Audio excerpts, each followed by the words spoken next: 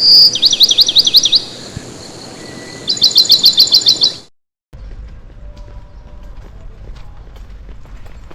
कार्तिकी जी, हाय।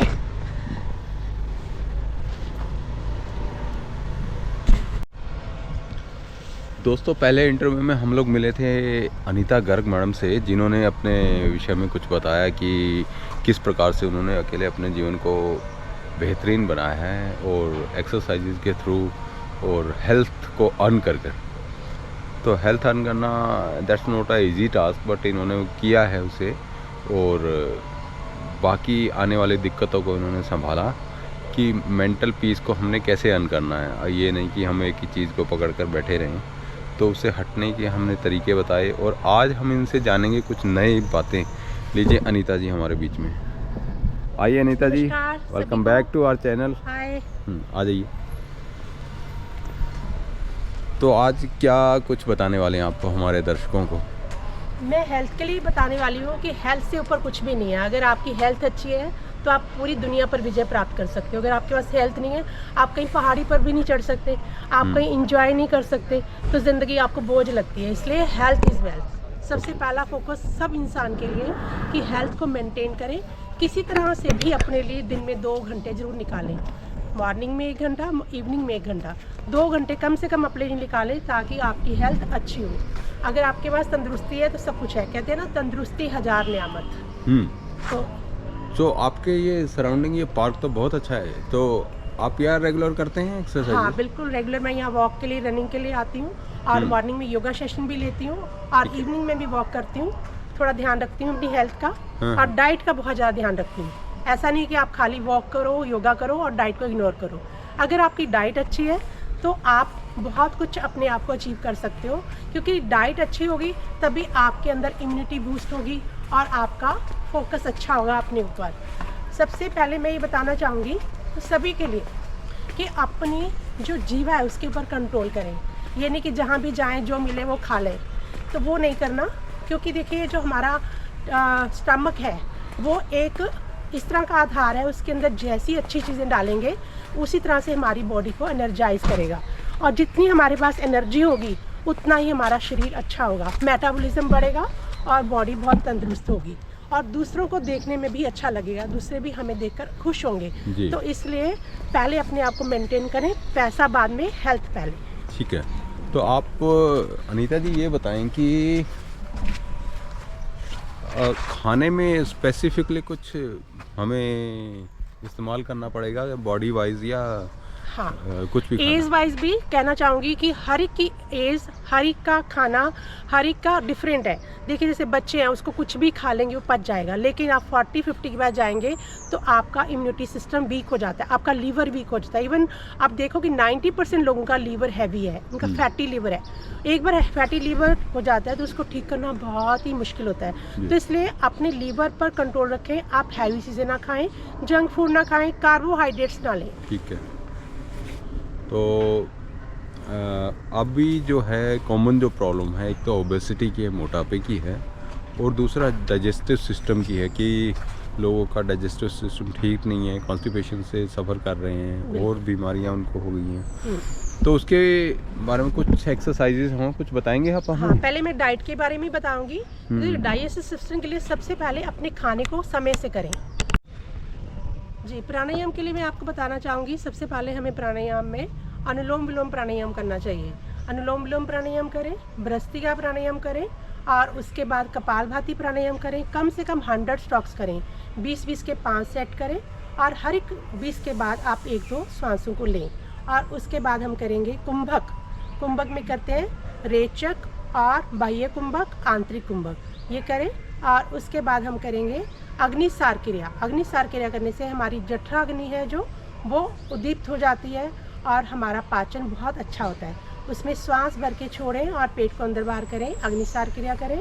और लास्ट में हम करेंगे भ्रस्त्रिका प्राणायाम के बाद, उसके बाद हम करेंगे, पहले देखिए आप 2-3 एक्सरसाइज करें। स्टार्टिंग में आप सबसे पहले करें जंपिंग जैक, उसके बाद करें आप यहाँ पे हाथ रखें और अपने नीज को टच करें, हाई नीज, हाई नीज, और हाथ आपके स्टेबल रहेंगे, हाथ नीज में जाएंगे।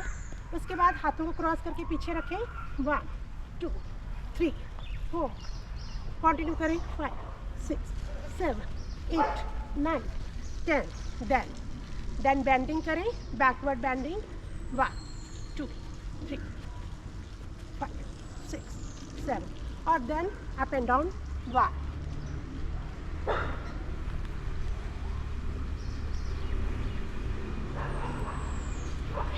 अब इसी में आप क्या करें पंजों के बल बैठो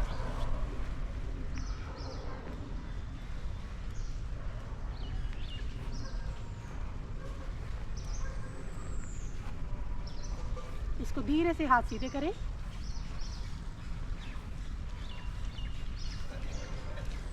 ये फीट बैलेंसिंग पोज है इसको करने से आपका डाइजेशन इंप्रूव होता है धीरे धीरे हाथों को ऊपर करें फिर सीधे करें फिर सामने करें और धीरे से फिर मल्लासन में आ जाए मल्लासन में दोनों पैरों को खोलें और दोनों कोनों को इधर लगाएं दोनों हाथ जोड़ें और रुकें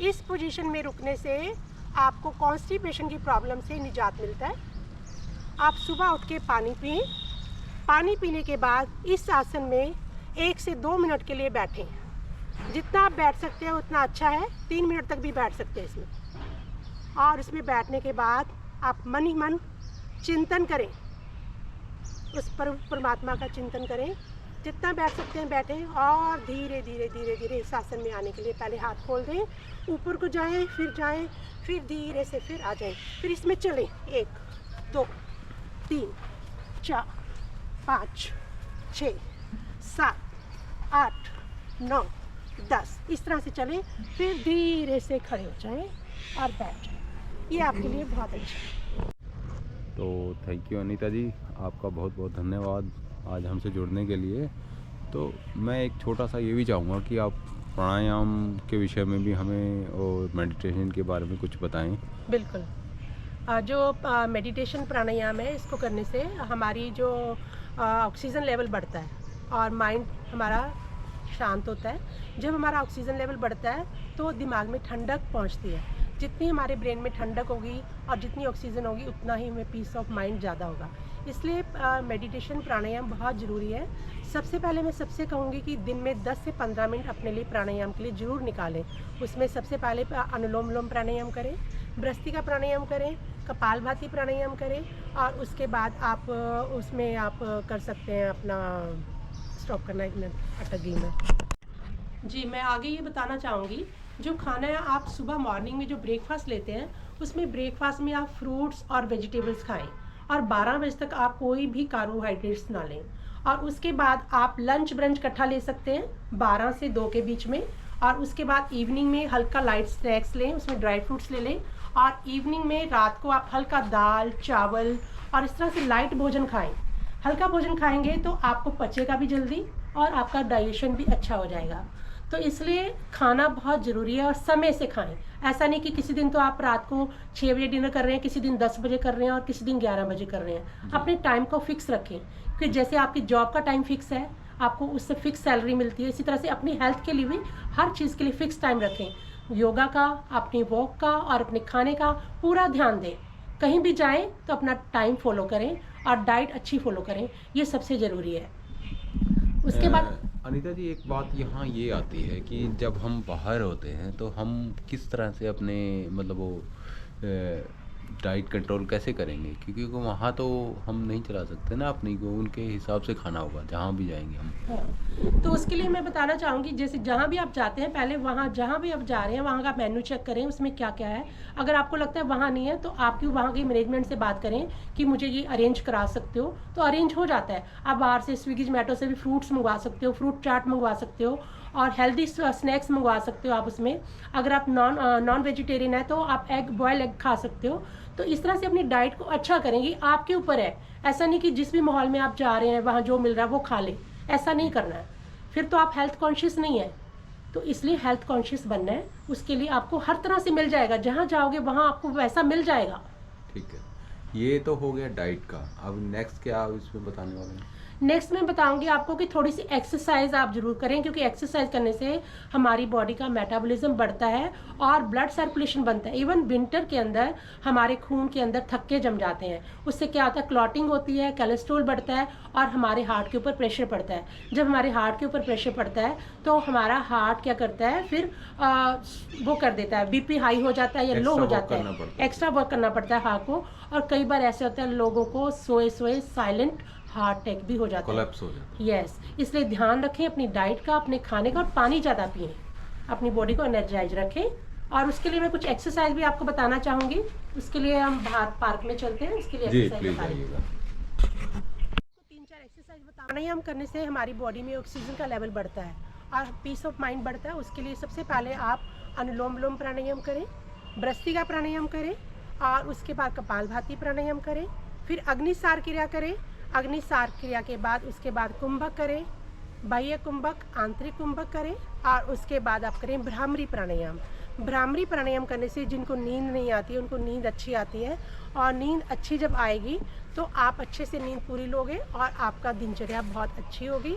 और उसके बाद ओम ध्वनि जरूर करें, 3 बार ओम ध्वनि करें और उससे मन शांत होता है और आपका मन परमात्मा में लगता है। तो मेडिटेशन के साथ, योगा के साथ अपने आप को एनर्जेटिक रखें, बढ़िया रखें, खुश रखें, ऑलवेज बी हैप्पी। जी थैंक यू अनीता जी। तो ये थे अनीता जी जिन्होंने हमें योग के फ़ायदे बताए हैं और योग की कुछ क्रियाएं भी की हैं। क्योंकि आज पार्क में ड्यू था, ओस गिरा हुआ था, तो मैट के साथ में जितने भी एक्सरसाइज ये बताई हैं, ये बैठ के जो हमारा नेक्स्ट जो एपिसोड रहेगा उसमें हम डिस्कस करेंगे उसके बारे में। तो thank you guys for watching us, thank you. तो गाइस मैं जो हूँ अपना गौशाला में आ गया हूँ, पंचकुला गौशाला में। थोड़ी हमें खाद की ज़रूरत थी, तो खाद लेने के लिए हम आ गए हैं यहाँ पर। तो चचा मेरे साथ में, चचा आ जाओ, करते रह गए किसी। चचा मेरे साथ में ही हैं, ये देखिएगा। गर्मियों के मौसम में गाय को गुड़ ना खिलाएं, ये लिखा हुआ है यहाँ पर, ये देख सकते हैं आप। ये गायें देखिए, कितनी सारी गायें, सीधे मात पिता गोड़ा हम पूरी तरह से फैला हुआ है ये।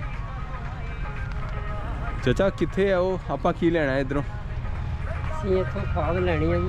खाद लेनी, कितना चिर लगेगा, कि है किथे खाद? तो वही ताज़ा खाद जो है मैंने ले लिया। चाचा कह रहे हैं फड़ो फड़ो फड़ो, तो ये मैंने फड़ लिया है। चाचा गंड ला रहे हैं इन्हों, तो अभी गांठ लगा दी गई है। तो ये देखिए कितना बढ़िया जो है यहाँ खाद अभी ताज़ा मिल जाएगा हमें। चाचा ने जो गांठ लगा दी है और खाद जो है मैंने अपना ले लिया है। यहाँ से चलते हैं अब ये गौशाला। A few moments later.